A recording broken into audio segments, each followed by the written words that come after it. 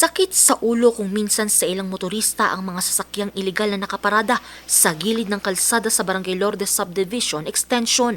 Kaya ang ilang motorista madalas nagtitiis sa one-way bagay na tinutugunan ng barangay.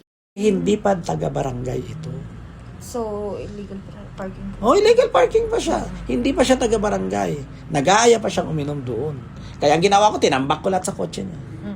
Pero dagdag pa sa sakit sa ulo ng barangay ang pagharang sa mga sidewalk gaya ng nadiskubre ng barangay sa Hamada Road. Ang sidewalk kasi nagmistulang inuman sa mga inilagay na upuan at lamesa.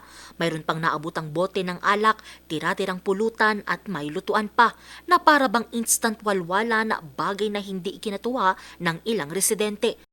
Ang ayaw ko lang dito may naghuhubad. Parang walang respeto sa kapwa. Dito ka sa kalsada, naghuhubad ka. Lamig-lamig. Parang kang nakakalaki. Anong tawang ka na, itulog mo na, bahay mo na. Alam mo naman, pag nag-umpukan ang mga tao, ayan, ganyan ang labas niyan. Kahit nasabihin natin, kulitin natin sila, kung talagang matigas naman ang ulo ng mga tao, gagawa sila. Actually, iba dyan residente. Yung isa is hindi residente. Kaya nga nagalit ako nung araw na yan. Nagalit ako ng araw na yan. Ako pa mismo naglinis niyan.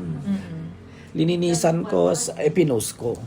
Maliban daw sa nagdudulot ito ng pangamba sa seguridad ng mga residente at nakakaabala sa daloy ng trapiko, paglabag din daw ito sa kanilang Barangay Ordinance No. 003 Series of 2017 kung saan ipinagbabawal ang pag-inom sa harap ng tindahan at pampublikong daanan.